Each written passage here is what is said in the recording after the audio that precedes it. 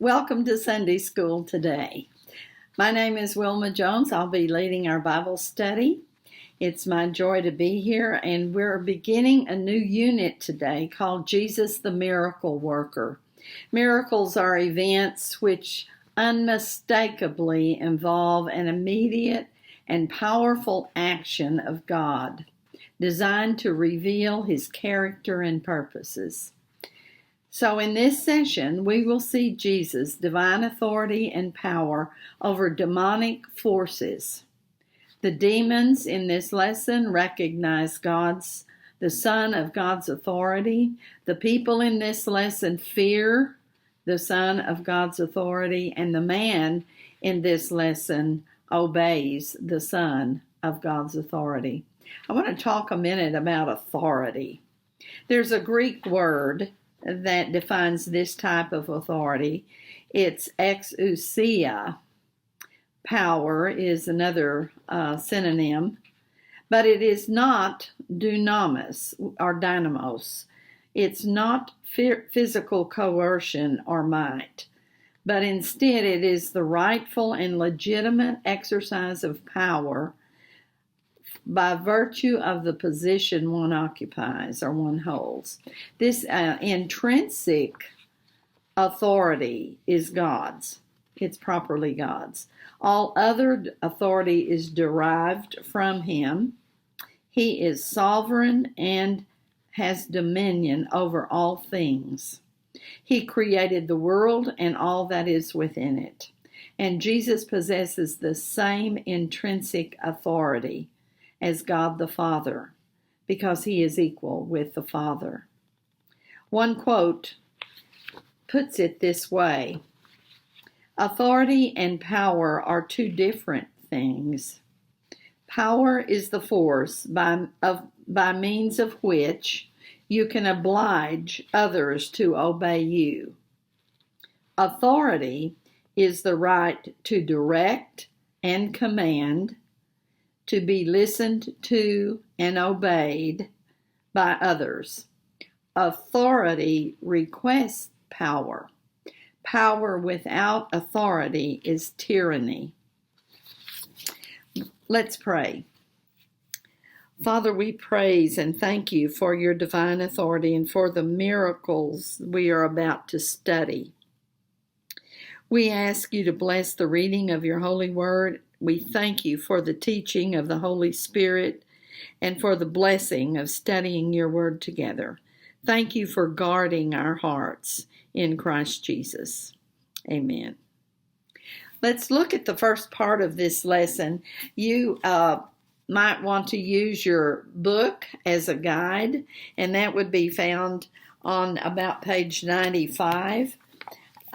It also is in God's Word in the book of Luke in chapter 8, verses 26 through 33. Do demons really exist? Does sin exist? Then yes, demons exist.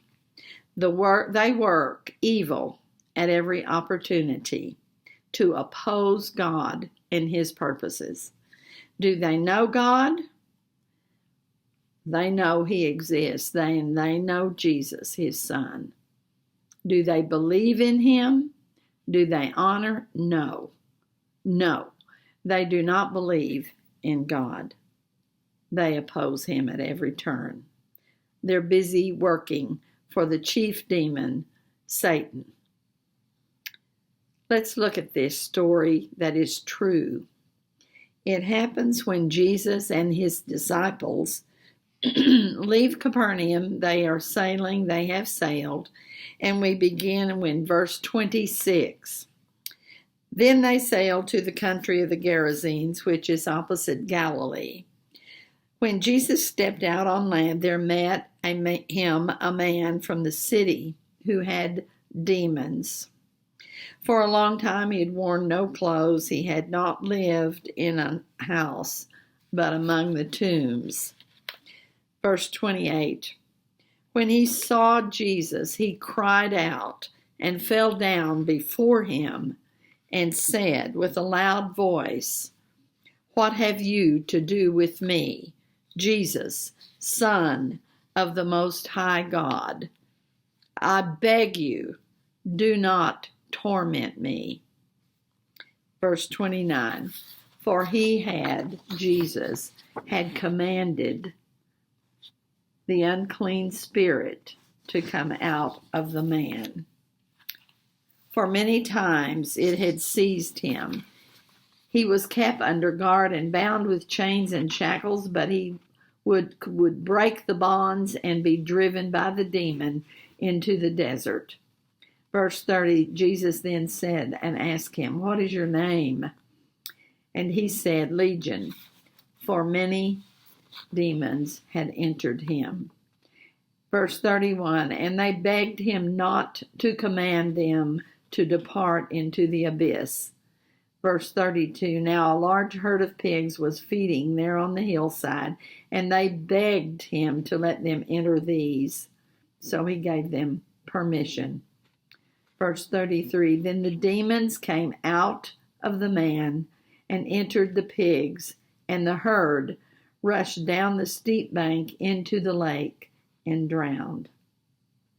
In your study guide on page 95, based on this wild man's experience, demonic possession torments, wounds, endangers, and isolates its victims. This man lived in constant humiliation and shame, marked by his nakedness. He lived in isolation, living among the dead rather than the living. He had supernatural strength to break all restraints. He was violent, dangerous, a menace to the area, and he could not be kept safe even from himself. One commentary says that Satan is the thief who robs his people of everything good and then tries to destroy them. Let's look at an essential doctrine about demons.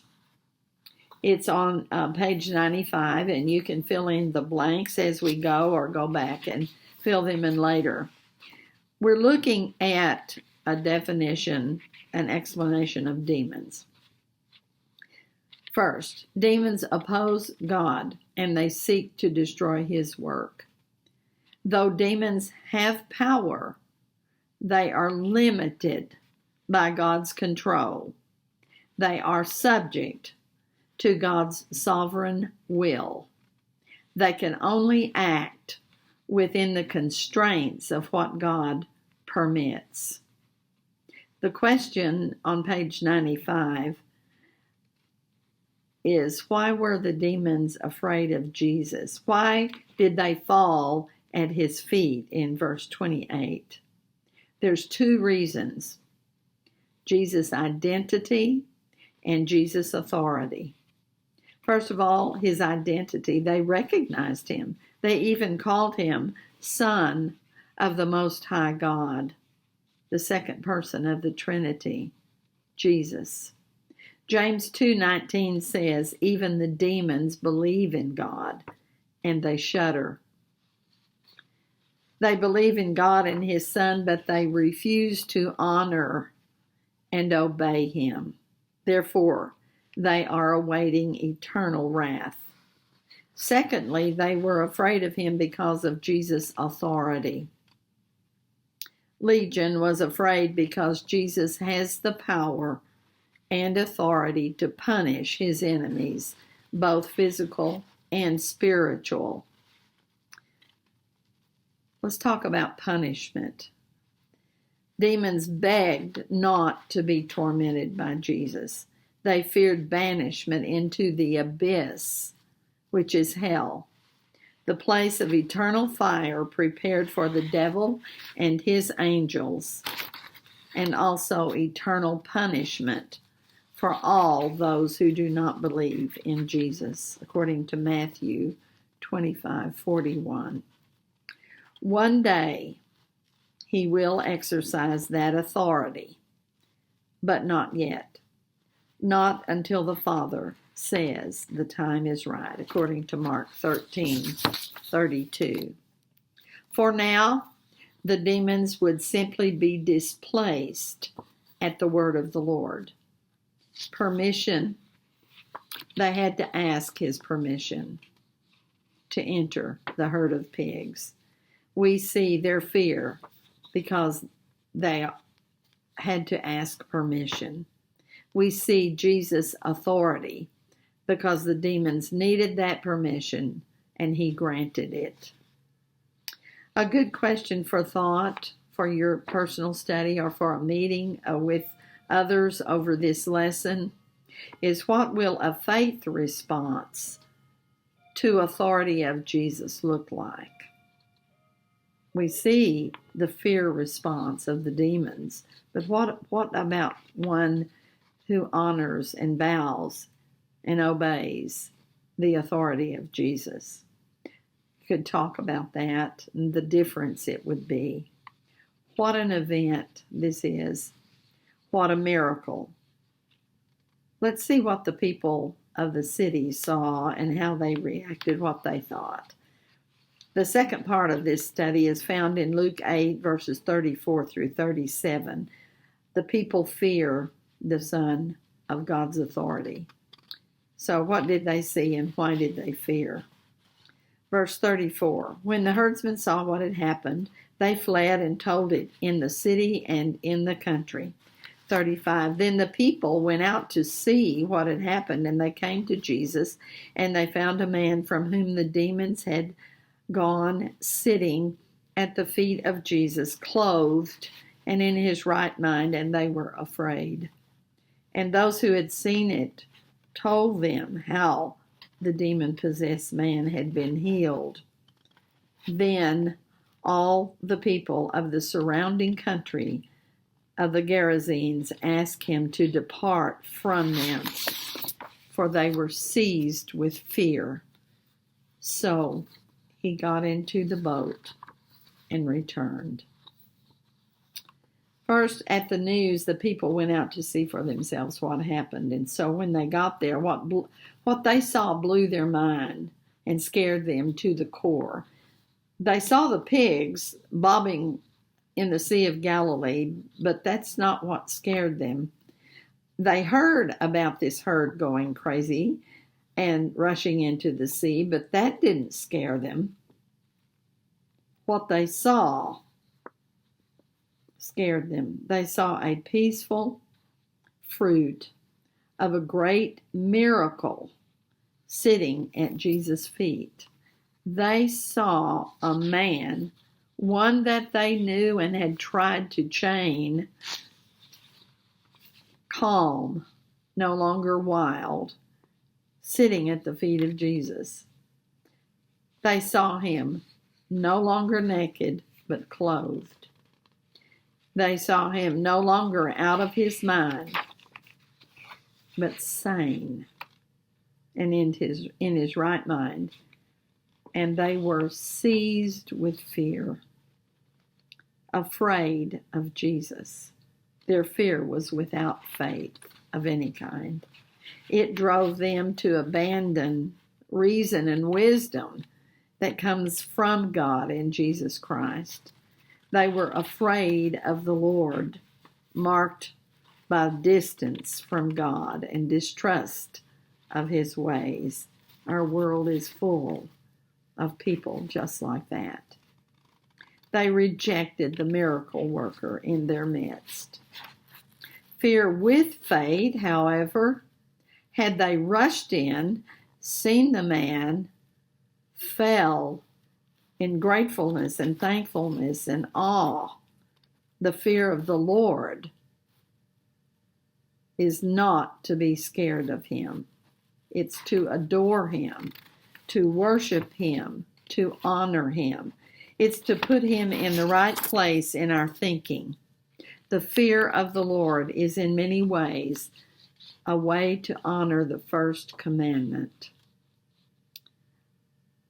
In your discussion or in your quiet time, you might want to think about how you could talk to someone about a being afraid of Jesus, being afraid to make a commitment, being afraid to trust him, what would you say?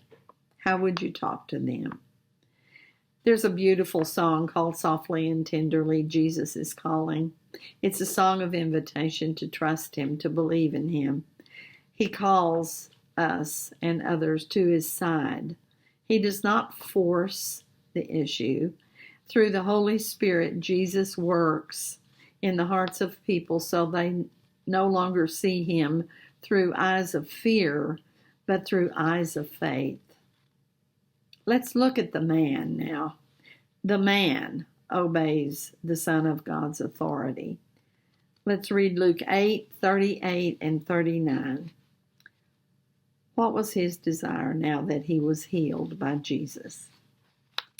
Verse 38, the man from whom the demons had gone begged that he might be with him, but Jesus sent him away, saying, return to your home and declare how much God has done for you.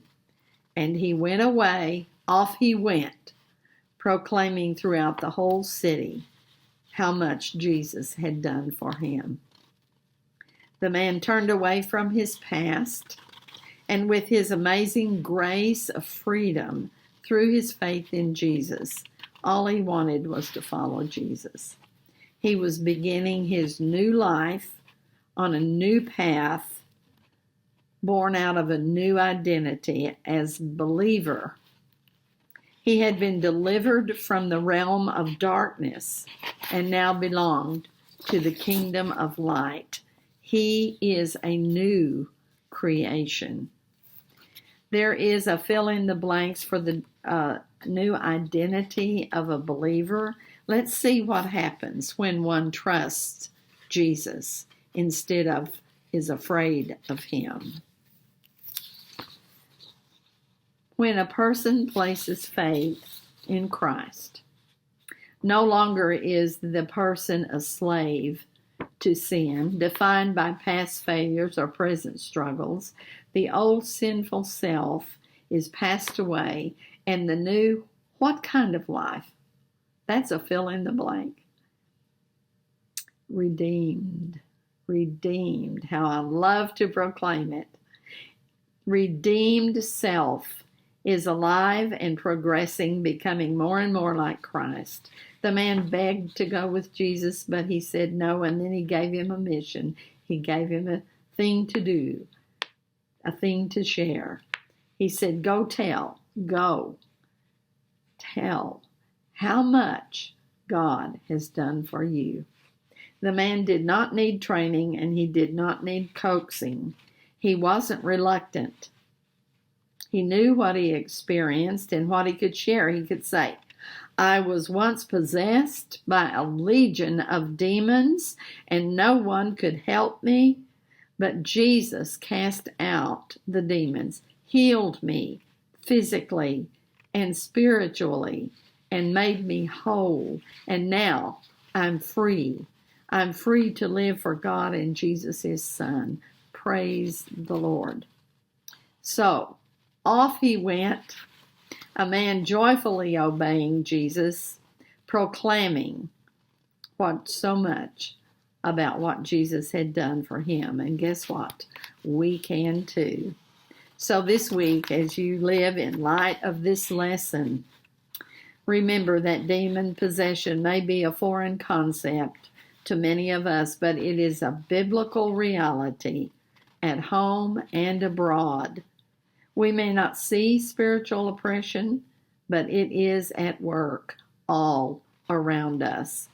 Any idol of the heart that finds its root, any idol of the heart instead of God, finds its root in sin, and it is the work of demons.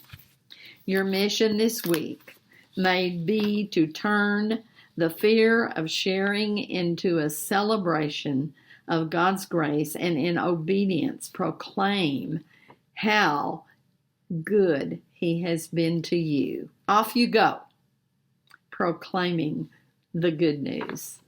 God bless the reading and the study of His Word.